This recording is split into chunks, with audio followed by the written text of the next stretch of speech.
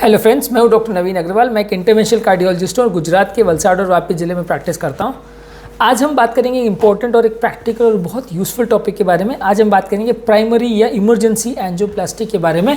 Emergency angioplasty क्या होती है, इसका क्या इंपॉर्टेंस होता है और रेगुलर एंजियोप्लास्टी से कैसे डिफरेंट होती है, ये समझना ज़रूरी है। क्योंकि इमरजेंसी एंजियोप्लास्टी का ही सबसे ज़्यादा मजाक बनाया जाता है। जो लोग एंजियोप्लास्टी के ओपोनेंट्स हैं वो इस चीज़ को, क्योंकि इसमें इतनी इमरजेंसी होती है कि इसको तुरंत पेशेंट पर करना पड़ता है। पेशेंट को डॉक्टर बोलता है कि भाई इसको जल्दी करना पड़ेगा, नहीं तो पेशेंट मर जाएगा।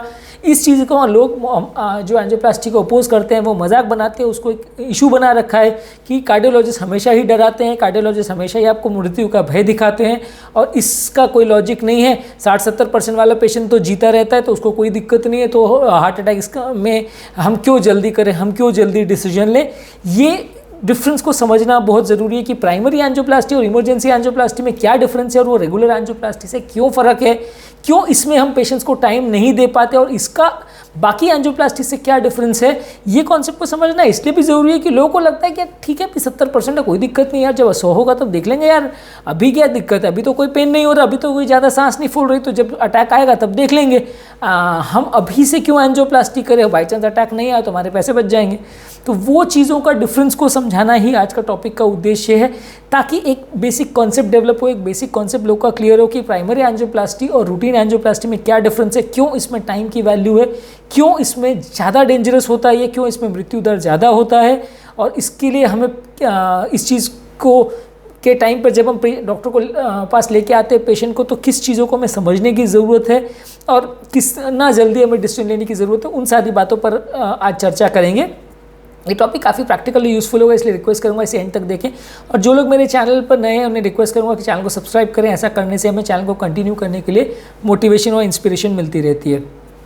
आते हैं आज के टॉपिक पर। एंजियोप्लास्टी बेसिकली क्या है। एंजियोप्लास्टी एक प्रक्रिया है जिसमें हृदय की नली में अगर कोई रुकावट है या कोई व्यवधान है या कोई ब्लॉकेज है तो उसको हम खोलते हैं। ये ब्लॉकेज कितना भी हो सकता है, 70 से ज़्यादा होता है तो ट्रीटमेंट चालू करते हैं, 70 से कम होता है एक्सेप्ट फॉर लेफ्ट मेन नली। लेफ्ट मेन नली में 50% का कट ऑफ है, बाकी नलियों में 70% से ज़्यादा अगर ब्लॉकेज हो तो ट्रीटमेंट करते हैं। ये ब्लॉकेज 70, 80, 90, 100 कुछ भी हो सकता है। 100% ब्लॉकेज और 95% ब्लॉकेज में ज़मीन आसमान का फ़र्क होता है। रीज़न बीइंग कि अगर 95% भी अगर ब्लॉकेज है तो उसमें ब्लड का फ्लो थोड़ा थोड़ा तो जाता रहता है, तो सेल्स को एटलीस्ट जिंदा रहने के लिए ऑक्सीजन सप्लाई मिलता रहता है, ग्लूकोज सप्लाई मिलता रहता है। ऐसा हो सकता है कि काम करने पर व्यक्ति को सांस फूले, काम करने पर छाती में दर्द हो, काम करने पे पैल्पिटेशंस हो, क्योंकि सेल्स को ऑक्सीजन सप्लाई जो मिल रहा है वो बैठे बैठे रह के काम चलाने के लिए सफिशिएंट है, लेकिन काम करने के लिए, मेहनत करने के लिए जो खुराक की ज़रूरत है वो उनको नहीं मिल पा रही है। इसलिए चलने फिरने पर पेन होता है, मेहनत का काम करने पर पेन होता है, बैठे बैठे में पेन नहीं होता है। ऐसे काफ़ी लोग को 100% जब बंद हो जाती है नली तो सिनेरियो इंटायरली डिफरेंट हो जाता है। वहाँ नली का जो एरिया है वो नली सप्लाई करती है, उसका ग्लूकोज सप्लाई, ऑक्सीजन सप्लाई पूरी तरह बंद हो जाता है, सेल्स में मरना चालू हो जाते हैं। ये सेल्स जो है जब नली बंद होती है तो 30 मिनट में मरना चालू हो जाते हैं, 12 घंटे में डैमेज कंप्लीट हो जाता है। यानी कि नलियों का सप्लाई अगर ऑक्सीजन का 12 घंटे तक अगर बंद कर दिया जाए तो सेल्स पूरी तरह मर जाते हैं। उसके बाद अगर आप एंजियोप्लास्टी करोगे भी तो भी पेशेंट को कुछ फायदा नहीं होगा, सेल्स मर चुके होंगे। ये वैसे ही कि जैसे गार्डन में पौधा जीवित हो तो पानी देने का मतलब है, अगर गार्डन में पौधे मर जाएं उसके बाद आप कितना भी पानी देते रहो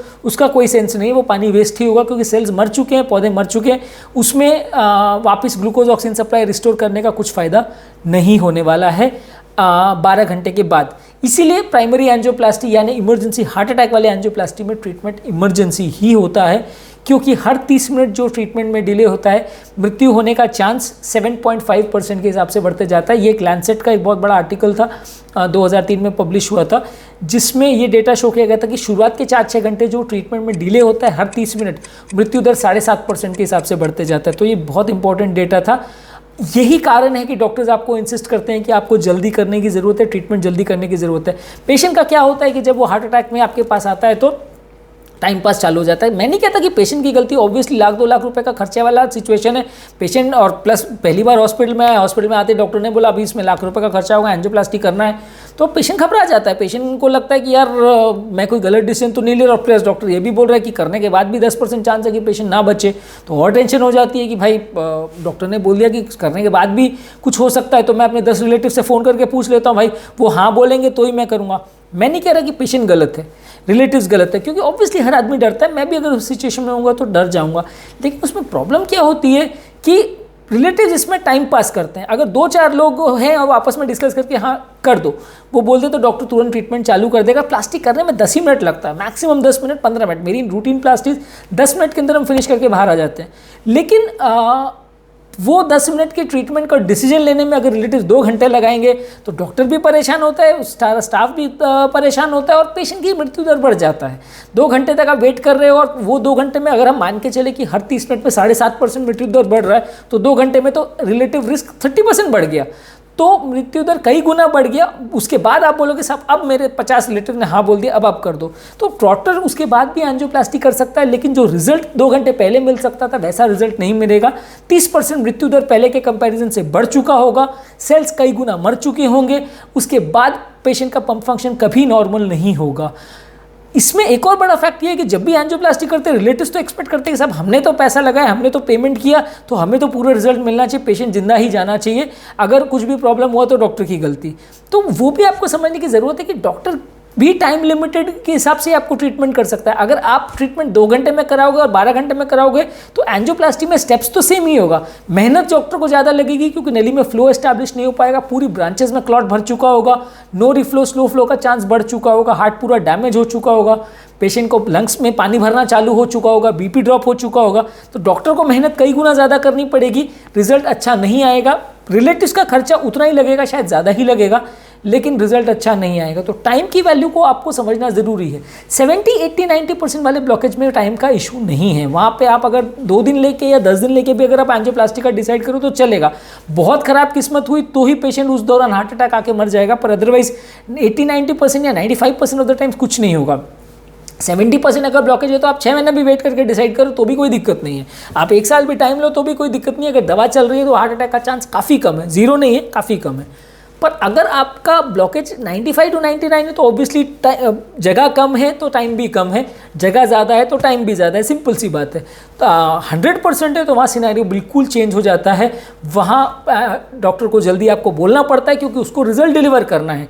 डॉक्टर आपको ये नहीं बोल सकता कि साहब ठीक है आप आज आप रेडी नहीं हो तो कल कर देंगे।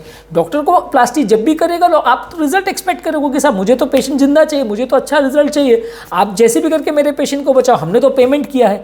पेमेंट करने से पेमेंट तो एंजियोप्लास्टी प्रोसीजर का पेमेंट है, लेकिन आपका जो सेल्स अगर मर गए उसका डॉक्टर भी क्या कर सकता है? मरे हुए सेल्स को कोई डॉक्टर जिंदा नहीं कर सकता, ये कोई टेक्निक ही नहीं है दुनिया में। तो आपको उस चीज़ को समझने की ज़रूरत है कि primary angioplasty is a entirely different ball game. वहाँ आपको जल्दी डिसीजन ही लेना पड़ता है और वहाँ पर डॉक्टर की भी मजबूरी है कि वो आपको टाइम नहीं दे सकता। वो टाइम देगा तो आपका पेशेंट नहीं बचेगा, और जब पेशेंट नहीं बचेगा तो रिलेटिव उसी डॉक्टर को ब्लेम करेंगे कि आपने पहले नहीं बताया कि पेशेंट की इतनी बुरी हालत है, नहीं तो हम तो डिसाइड कर लेते हैं।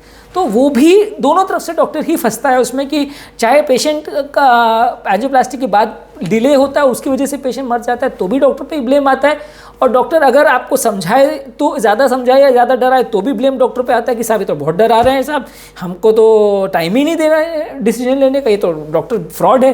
तो ये थॉट प्रोसेस कंप्लीटली गलत है। प्राइमरी एंजियोप्लास्टी में आपको समझने की ज़रूरत है कि वो डॉक्टर की भी मजबूरी है कि वो आपको टाइम नहीं दे सकता बिकॉज ऑफ साइंटिफिक रीजंस। ये साइंटिफिक रीजंस ही मैं आपको समझाने की कोशिश कर रहा हूँ ताकि एक बेसिक आइडिया रहे, आपको भी वो डिफरेंस पता रहे। दूसरा एक चीज़, इमरजेंसी एंजियोप्लास्टी में मृत्यु दर कई गुना ज़्यादा रहता है। रेगुलर एंजियोप्लास्टी जो वॉकिंग पेशेंट हमारे पास आता है मृत्यु दर 1% होता है, 1%, बहुत कम होता है। कंपेरेटिवली बहुत ज़्यादा भी किस्मत खराब हुई, स्टेंट में क्लॉटिंग भी हुआ तो 1 से 2%, उससे ज़्यादा नहीं। जब इमरजेंसी एंजियोप्लास्टी करनी पड़ती है हार्ट अटैक के पेशेंट में तो ज़्यादातर इंटरनेशनल डेटा कहता है कि इवन एंजियोप्लास्टी के बाद भी 1 वर्ष में मृत्यु दर 8 से 10% होता है, यानी कि रिस्क 10 गुना बढ़ जाता है। तो ये कॉन्सेप्ट भी समझना जरूरी है, जो मैंने आपको शुरुआत में बात कही थी कि लोग बोलते हैं कि साहब अभी 70%, अभी काय बात का टेंशन, अभी तो 70% है, 30% अभी होने में 10 साल लगेंगे तो हम क्यों टेंशन लें, हम क्यों टेस्ट कराएं, हम क्यों दवा लें, हम क्यों परहेज करें, जब होगा तब देखेंगे, जब इमरजेंसी आएगी तो ट्रीटमेंट करेंगे, अभी कोई पैसा लगाएं। तो प्रॉब्लम ये है कि अगर वॉक इन पेशेंट एंजियोप्लास्टी करवाता है 70, 80, 90% वाले ब्लॉकेज में तो मृत्यु दर 1% है, पेशेंट आराम से डिस्चार्ज होकर चला जाता है, हार्ट का पंपिंग डैमेज नहीं होता।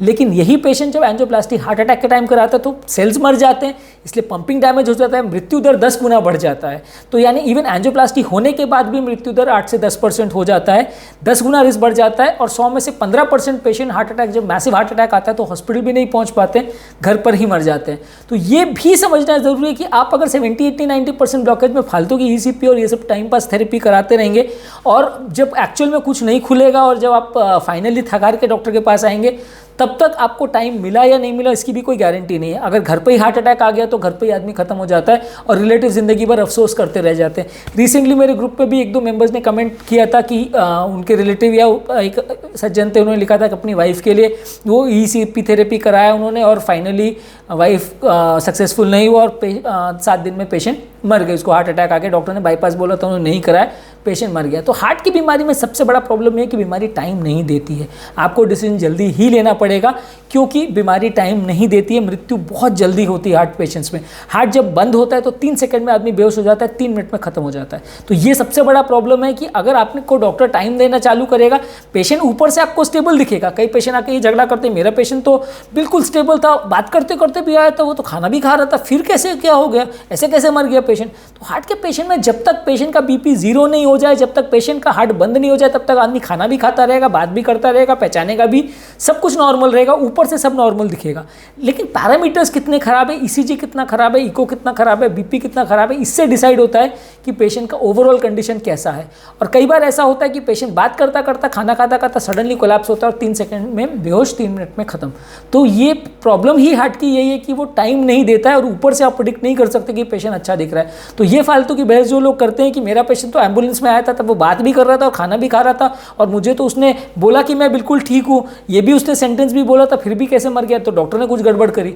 तो हार्ट की बीमारी ही ऐसी है कि इसमें डॉक्टर के हाथ में ज़्यादा कुछ नहीं है। डॉक्टर के हाथ में आपको थेरेपी देना है, वो भी तब जब आप सही टाइम पर सही ट्रीटमेंट लेने के लिए पहुंचे और सही तरह से ट्रीटमेंट कराएं और आप ट्रीटमेंट के लिए कंसेंट दें। आपने एंजियो करवा लिया और आप 2 घंटे तक चाचा ताऊ और मौसा जी से बात करते रहे, टाइम पास कर रहे हो कि साहब वो बोलेंगे तब मैं करूँगा, अभी ताऊ जी से तो बात कर लो, अभी फूफा जी से तो बात कर लो। तो बहुत बार होता है। और सब मज़ेदार बात ये है कि रात को 3 बजे आप के साथ ऐसा होता है तो और इरिटेशन होती है कि आप अपनी नींद को छोड़ के, आप अपनी फैमिली को छोड़ के रात को 3 बजे आके पेशेंट का एंजियोप्लास्टी कर रहे हो सिर्फ इसीलिए कि पेशेंट बच जाए, सिर्फ इसीलिए आपका एक ही इंटरेस्ट है। देखिए, कार्डियोलॉजी को और एक्सीडेंट विक्टिम्स को छोड़ के दुनिया में कोई भी सर्जरीज रात के 3 बजे नहीं की जाती है। रात को 2 या 3 बजे या जिस भी टाइम पे पेशेंट आता है, हम तुरंत सर्विस देने के लिए 10 मिनट में हॉस्पिटल पहुंचते हैं और एंजियोप्लास्टी के लिए करते हैं। अब वैसे सिनेरियो में जहां हार्ट अटैक है और हम रात के 3 बजे एंजियोप्लास्टी के लिए आए हैं, पेशेंट के करने के लिए सारा स्टाफ भी आया है, 6 स्टाफ वहाँ पे वेट कर रहा है, वहाँ पे रिलेटिव्स चाचा जी, फूफा जी, ताऊ जी सबसे बात कराने में लग जाते हैं और हर 10 लोग से बात करके फ़ोन हमें पकड़ा देते हैं। ये ताऊ जी को भी आप समझाओ, ये अगर कोई डॉक्टर को से आप बात करवा दो तो फिर भी एक लॉजिकल सेंस है कि चलिए एक ऐसा डॉक्टर है जिसने आपको भेजा या जिस पर आप ज़्यादा ट्रस्ट करते हैं, तो आप उससे हमारी बात करा रहे हैं क्योंकि आपको टेक्निकल चीज़ें नहीं समझ में आती तो आप उससे बात करवा रहे हो, तो दैट इज़ जस्टिफाइड। एक आध लोगों से, 2 लोगों से आप बात कराओ हमारी फ़ोन पर तो जस्टिफाइड है। आप इररिलेवेंट लोगों से कि उनकी बेटी अब्रॉड रहती है उससे बात कर लीजिए, उसके चाचा जी बॉम्बे में रहते हैं उससे बात कर लीजिए, उसके ताऊ जी लंदन में रहते हैं उससे बात कर लीजिए, वो डिसाइड करेंगे कि क्या कर रहा है। तो वो टाइम पास है और उसमें इवेंचुअली होता ये है कि 2 घंटे लग जाते हैं पेशेंट को डिसाइड करने में और आपको इरिटेशन भी होती है कि रात के 3 बजे रिलेटिव टाइम पास कर रहे हैं। उनको, आपको पता है कि पेशेंट कितना ख़राब है और कितनी जल्दी बिगड़ सकता है, लेकिन रिलेटिव्स उसको समझने को तैयार नहीं होते हैं और वो अपना टाइम लेते हैं। उन्हें बेसिकली ऐसा लगता है कि देखो कोई भी बीमारी है, इलाज कराने से पहले, इतना बड़ा खर्चा करने से पहले, इतना बड़ा डिसीजन लेने से पहले हमें डिसीजन 10 लोगों से डिस्कस करके टाइम चाहिए। पर वो अपनी जगह गलत नहीं है, लेकिन मौके की नज़ाकत को उनको समझना पड़ेगा, कंडीशन की सिवियरिटी को समझना पड़ेगा, तब डिसीजन लीजिए क्योंकि आपका पेशेंट को हार्ट अटैक है। 70, 80, 90% वाले ब्लॉकेज वाले पेशेंट में हम भी रात को ट्रीटमेंट नहीं करते हैं क्योंकि वो ज़रूरत नहीं है, उसमें अगले दिन सुबह भी किया तो चलेगा। लेकिन हार्ट अटैक वाले पेशेंट में क्योंकि वो टिश्यू मर रहा है उसको बचाना ज़रूरी है, पेशेंट मर रहा है उसको बचाना ज़रूरी है, इसीलिए रात को इसको किया जाता है। और ये एकमात्र फॉर्म ऑफ एंजियोप्लास्टी जिसमें सिग्निफिकेंट मोर्टेलिटी बेनिफिट है। बाकी रूटीन वॉक इन पेशेंट वाला जो एंजियोप्लास्टी होता है 70, 80, 90 वाला, उसमें मेडिकल मैनेजमेंट के कंपैरिजन से मृत्यु दर में बहुत ज़्यादा सिग्निफिकेंट डिफरेंस नहीं है। कुछ स्टडीज़ ऐसी भी हैं जो ऐसा कहती हैं कि अगर अप्रोप्रिएटली मेडिकली मैनेज पेशेंट है तो मृत्यु दर एंजियोप्लास्टी के पहले और बाद में लगभग बराबर है। करेज इस्कीमिया ट्रायल के बारे में काफ़ी लोग बात करते हैं, इसके बारे में एक सेपरेट वीडियो बनाऊंगा, उसमें भी कुछ प्रोज एंड कॉन्स हैं, उसको मैं अलग से डिस्कस करूंगा, आज उसमें नहीं जाऊंगा। पर बेसिकली ये समझने की ज़रूरत है कि 50, 60, 70% या 90% ब्लॉकेज में उतना इमरजेंसी नहीं होता। अगर 100% है तो फिर आपको डिसीजन तुरंत लेना पड़ता है, और वैसे केसेस में इसको जो इमरजेंसी एंजियोप्लास्टी बोलते हैं उसमें मृत्यु दर भी ज़्यादा होता है, ट्रीटमेंट की अर्जेंसी भी होती है, और ये एकमात्र फॉर्म ऑफ एंजियोप्लास्टी है जिसमें मृत्यु दर कई गुना फ़र्क पड़ जाता है। अगर पेशेंट का ट्रीटमेंट सेम तुरंत किया जाए और वही पेशेंट का ट्रीटमेंट 12 घंटे के बाद किया जाए तो मृत्यु दर में कम से कम एब्सोल्यूट वैल्यूज़ में बात करें तो 10% जितना फ़र्क आ सकता है। जो 30% का मैंने बोला था वो रिलेटिव मोर्टेलिटी की बात होती है, यानी कि 5% और 6.5% मतलब 30% रिलेटिव इंक्रीज़ हो गया। एब्सोल्यूट टर्म्स में वो 1.5% हुआ, रिलेटिव इंक्रीज 30% हो गया। तो वो रिलेटिव मोर्टेलिटी हर 30 मिनट में 7.5% के हिसाब से बढ़ती जाती है। एब्सोल्यूट मोर्टेलिटी की अगर बात करें तो लगभग 8 से 10% जितना फ़र्क पड़ जाएगा अगर ट्रीटमेंट टाइम पे नहीं होता है तो। टाइम की वैल्यू क्यों है ये हमने ऑलरेडी बात की, क्योंकि सेल्स मरते हैं, सेल्स का ऑक्सीजन सप्लाई बंद है, ग्लूकोज सप्लाई बंद है, जितना लेट होते जाएगा उतने सेल्स, टिश्यू, फाइबर्स जो भी हार्ट के हैं वो परमानेंटली डैमेज हो जाते हैं, तो इससे रिजल्ट अफेक्टेड होता है। इंजेक्शन थेरेपी के बारे में हमने ऑलरेडी कई वीडियोस में बात की। इंजेक्शन थेरेपी जो है खून का थक्का यानी ब्लड क्लॉट को खोलने के लिए काम आता है। इंजेक्शंस दो तरह के आते हैं, एक स्ट्रेप्टोकाइनेस करके फर्स्ट जनरेशन, स्ट्रेप्टोकाइनेस यूरोकाइनेस करके फर्स्ट जनरेशन लाइटिक एजेंट आता है। वो उसका नली को नॉर्मल फ्लो एस्टैब्लिश करने में सक्सेस रेशियो खाली 32% है, वो भी पहले 3-4 घंटे में दिया। तो जो महंगा इंजेक्शन आता है रेटिप्लेस, टेनिक्टिप्लेस, ऑल्टीप्लेस करके, उसका सक्सेस रेशियो नॉर्मल फ्लो जिसे टिमी-3 फ्लो बोलते हैं वो अचीव करने में उसका सक्सेस रेशियो 40 to 50% जैसा रहता है। और थोड़ा बहुत फ्लो, हल्का सा फ्लो आना चालू हो जाए वो स्ट्रेप्टोकाइनेस का 50% होता है, रेटिप्लेस, टेनिक्टिप्लेस का 60 to 65% होता है।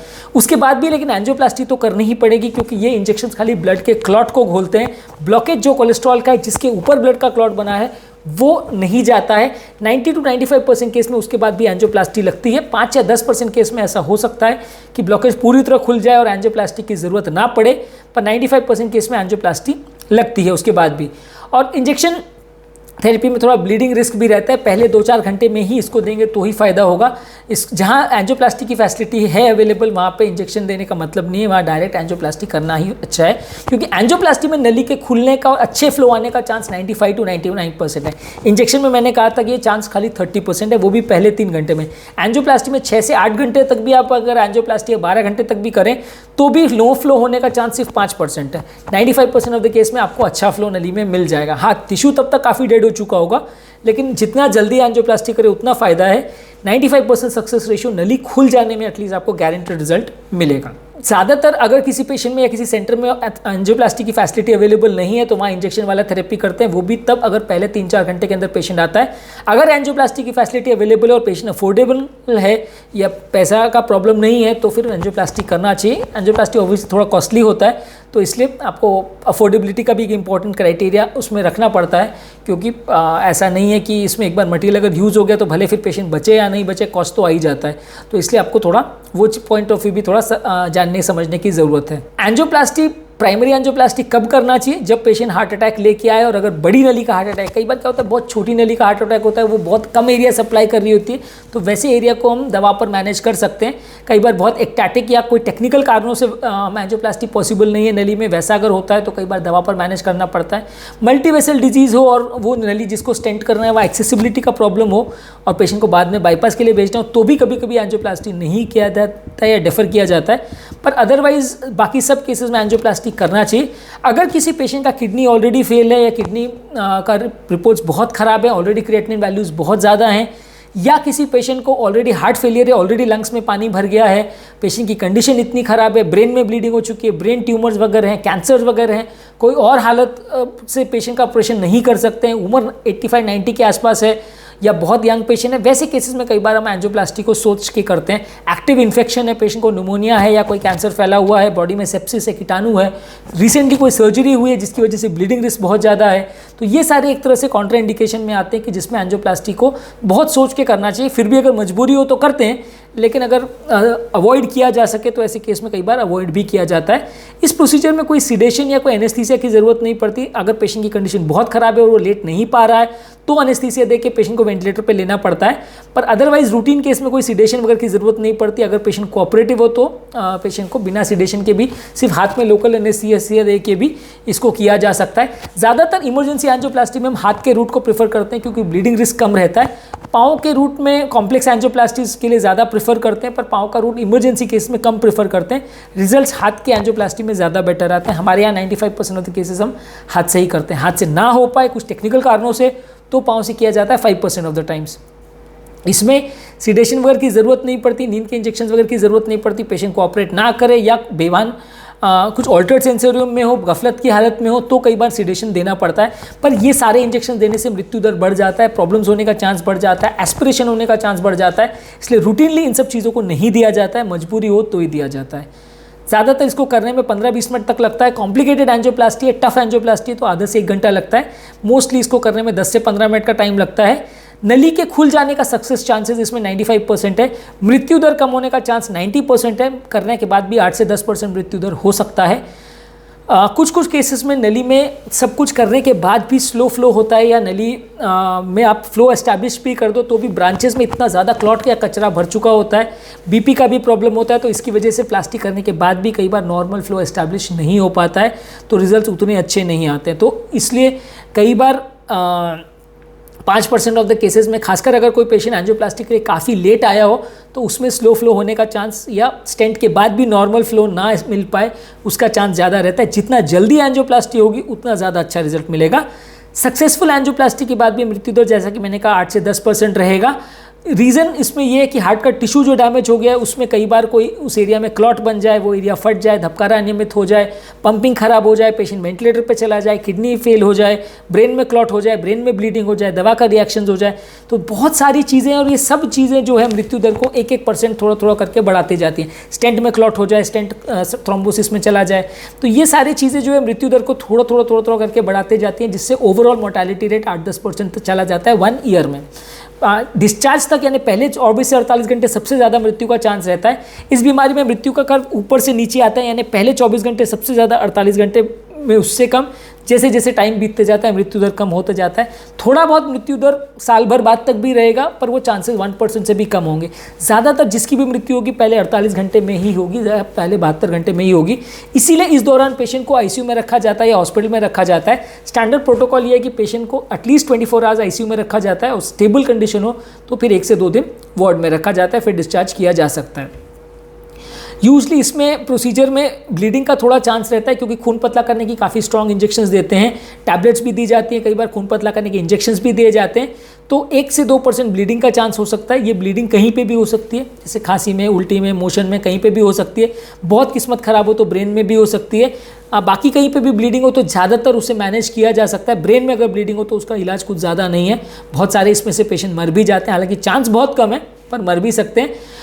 ज़्यादातर अगर बहुत ज़्यादा ब्लीडिंग हो तो अपने को ब्लड ट्रांसफ्यूजन कभी कभी देना पड़ता है, पर ब्लड ट्रांसफ्यूजन देना भी एक दोधारी तलवार जैसा है, क्योंकि ब्लड ट्रांसफ्यूजन अगर दिया तो स्टेंट में क्लॉटिंग का चांस भी कई गुना बढ़ जाता है, क्योंकि बॉडी की क्लॉटिंग सिस्टम एक्टिवेट हो जाती है। तो ये क्लॉटिंग सिस्टम जब एक्टिवेट होती है तो स्टेंट को भी क्लॉट कर जाती है। तो इसलिए अगर एंजियोप्लास्टी के बाद दवाओं की रिएक्शन की वजह से ब्लीडिंग होता है तो वो भी एक खराब साइन माना जाता है, और ब्लीडिंग होने वाले कई बार पेशेंट की कंडीशन बहुत जल्दी बिगड़ जाती है और पेशेंट उसके बाद भी मर जाता है। स्टेंट होने के बाद स्टेंट का क्लॉटिंग होने का चांस जो है वो पहले 12 से 24 घंटे ही सबसे ज़्यादा रहता है, इसलिए ये पीरियड को कवर करने के लिए हम सबसे स्ट्रॉन्ग खून पतला करने की दवा देते हैं। एक GP2B3A इनहिबिटर्स करके इंजेक्शन आता है, टायरोफिबैन, एप्सिसिमैब या एप्टिफिबेटाइड करके, ये 3 इंजेक्शन आते हैं। इनमें से कोई भी एक इंजेक्शन पेशेंट को दिया जाता है, जो कि कंटिन्यूस इन्फ्यूजन में 12 से 18 घंटे तक कंटिन्यू चलता रहता है। तो ये इनिशियल टाइम पीरियड को कवर करने के लिए दिया जाता है, ताकि स्टेंट में क्लॉटिंग ना हो, और प्लस अगर छोटी छोटी ब्रांचेस में कुछ क्लॉट्स अगर वापस वहाँ पे हो इमरजेंसी एंजियोप्लास्टी के दौरान, तो वो क्लॉट्स भी घुल जाएं और नली में फ्लो नॉर्मल एस्टैब्लिश हो जाए। इसके अलावा खून नली को डायलेट करने के लिए वेसोडायलेटर मेडिसिन वो भी इंजेक्शंस में दिए जाते हैं, ताकि रक्त का प्रवाह नॉर्मली चालू हो जाए और स्टेंट के थ्रू नॉर्मल फ्लो चालू हो जाए। ये सारे कॉम्प्लिकेशंस होने का चांस एंजियोप्लास्टी के इलेक्टिव एंजियोप्लास्टी में 1% होता है, बाकी सारी एंजियोप्लास्टी में, खासकर हार्ट अटैक वाली एंजियोप्लास्टी में ज़्यादा होता है, 4-5% तक भी जा सकता है, और प्रोसीजर होने के बाद भी मृत्यु दर 7-8% जैसा हो सकता है। जितना बड़ा अटैक उतना ज़्यादा मृत्यु दर, जितना छोटा अटैक उतना कम मृत्यु दर।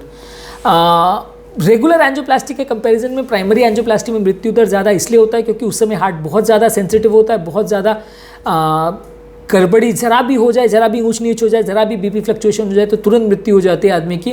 ब्लड प्रेशर इसमें एक बहुत इंपॉर्टेंट फैक्टर होता है डिटरमाइन करने के लिए मृत्यु दर कितना है। अगर बीपी 90 से कम है तो मृत्यु दर कई गुना ज़्यादा होता है, बीपी 90 से ज़्यादा है तो मृत्यु दर कंपैरेटिवली कम होता है। तो बीपी एक सिंगल मोस्ट इंपॉर्टेंट फैक्टर है डिसाइड करने में कि पेशेंट का मृत्यु दर कितना होगा। इसके अलावा और भी फैक्टर्स हैं कि एज कितना है, कितना बड़ा अटैक है, कितनी नलियों में ब्लॉकेज है। अगर एक नली में हार्ट अटैक है और बाकी नलियों से थोड़ा बैकअप सप्लाई मिल रहा है तो मृत्यु दर कंपैरेटिवली कम होगा। अगर एक नली में अटैक है और बाकी दोनों नलियाँ भी डिजीज्ड है तो मृत्यु दर कई ज़्यादा होगा। जो नेचुरल कोलैटरल्स की बात करते हैं, नेचुरल ईसीपी और ये सब बकवास की बात करते हैं, वो उनको भी ये कॉन्सेप्ट समझने की ज़रूरत है कि अगर एक नली जो बंद हो गई है वो दूसरी नली पे कोलैटरल्स पे डिपेंडेंट है तो मृत्यु दर कई गुना बढ़ जाता है। अगर अभी जिस नली में अटैक आया वो पहले से किसी दूसरी नली को ब्लड सप्लाई कर रही थी तो डबल अटैक पेशेंट को आ जाता है, मृत्यु दर कई गुना बढ़ जाता है। बाकी सब नलियों से कितने कोलैटरल सप्लाईज आ रहे हैं वो भी डिसाइड करते हैं कि कंपैरेटिवली मोर्टेलिटी कितनी होगी। अगर सारी नलियां ही डिजीज है और अब उनको डिजीज छोड़ के छोटे छोटे कोलैटरल्स के बेसिस पे काम चलाने की कोशिश करते हो तो जब भी अटैक आएगा मृत्यु दर कई गुना ज़्यादा होगा, क्योंकि ये सारे कोलैटरल्स जो बनते हैं ये एओर्टा या मेन नली से नहीं आते हैं, ये हृदय की तीनों नलियों से ही कोलैटरल्स बनते हैं जो कि हार्ट को सप्लाई करते हैं। छोटे छोटे माइक्रो चैनल्स होते हैं वो बड़ी नली से थोड़ी आएंगे, वो तो हार्ट के आसपास जो नली है उससे ही आएंगे। तो जब बड़ा अटैक आएगा तो ये सारे कोलैटरल्स भी बंद हो जाएंगे और उस समय जितने भी कोलैटरल्स आपने जो भी करके बनाया वो सब बंद हो जाएंगे और पेशेंट तुरंत मर जाएगा। तो इसलिए ये सारी नेचुरल कोलैटरल्स वाली थेरेपी ज़्यादातर बकवास है। अगर नली को खोल सकें तो उससे अच्छा कोई थेरेपी नहीं है, क्योंकि ये सबसे अच्छा लॉन्ग टर्म और सस्टेन रिजल्ट देगा। बंद नली के कंपैरिजन में खुली नली में रिजल्ट कंपैरेटिवली ज़्यादा अच्छा आएंगे। इसे ओपन आर्टरी हाइपोथेसिस बोलते हैं कि खुली नली लॉन्ग टर्म सर्वाइवल ज़्यादा अच्छा देती है एज़ कम्पेयर टू बंद नली। इस टॉपिक में मैंने प्राइमरी या इमरजेंसी एंजियोप्लास्टी के मैंने बात करने की कोशिश की कि ये टॉपिक एंजियोप्लास्टी रूटीन एंजियोप्लास्टी से क्यों डिफरेंट है, इसमें बाकी चीज़ों से क्या फ़र्क है और इसमें पेशेंट्स को क्यों टाइम नहीं दे सकते, क्यों प्रॉब्लम होती है कि पेशेंट को हम डिसीजन लेने के लिए 2-4 घंटे का टाइम नहीं दे सकते, क्योंकि इसमें नली 100% बंद होती है, ऑक्सीजन सप्लाई ग्लूकोज सप्लाई पूरा बंद होता है। तो इसमें आप टाइम देंगे तो पेशेंट ही मर जाएगा।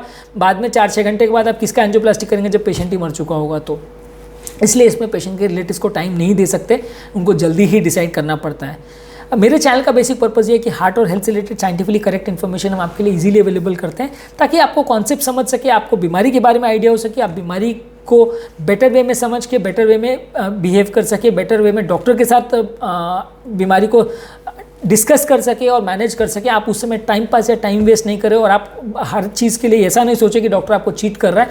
एक बेसिक कॉन्सेप्ट का आपको आइडिया हो जाए। यदि आपको हमारे चैनल का कॉन्सेप्ट अच्छा लगता है तो वीडियो को लाइक कीजिए, चैनल को सब्सक्राइब कीजिए। यदि आपको लगता है कि कंटेंट आपके फ्रेंड्स और रिलेटिव्स के लिए यूजफुल है तो लिंक को उनके साथ शेयर कीजिए। और यदि आपको लगता है कि फ्यूचर में कुछ और टॉपिक्स पर हमें वीडियोस बनाने चाहिए या आपके कोई कमेंट्स और सजेशंस है हमारे चैनल के बारे में तो आप हमें नीचे कमेंट सेक्शन में बताइए। We will try to address to all of them और हम कोशिश करेंगे कि आपके सजेशंस को भी इनकॉर्पोरेट करें। फ्यूचर में कोई टॉपिक्स अगर आप हमें देते हैं जिस पर आप चाहते हैं कि हम वीडियोस बनाएं तो हम फ्यूचर में उन टॉपिक्स को भी टाइम जितना परमिट करेगा उस हिसाब से बनाने की कोशिश करेंगे। अंत में मैं डॉक्टर नवीन अग्रवाल तहे दिल से आपका शुक्रिया अदा करूँगा कि आपने मेरे चैनल को इस टॉपिक को पूरा देखा और आई होप कि मैंने टॉपिक आपको पूरा समझाने में सफल रहा हूँ, मैं आपको टॉपिक पूरा क्लियर कर पाया हूँ। जो लोग मेरे चैनल पे नए हैं उनसे रिक्वेस्ट करूँगा कि मेरे चैनल को सब्सक्राइब करें। ऐसा करने से हमें चैनल को कंटिन्यू करने के लिए इंस्पिरेशन और मोटिवेशन मिलती रहती है। Thank you.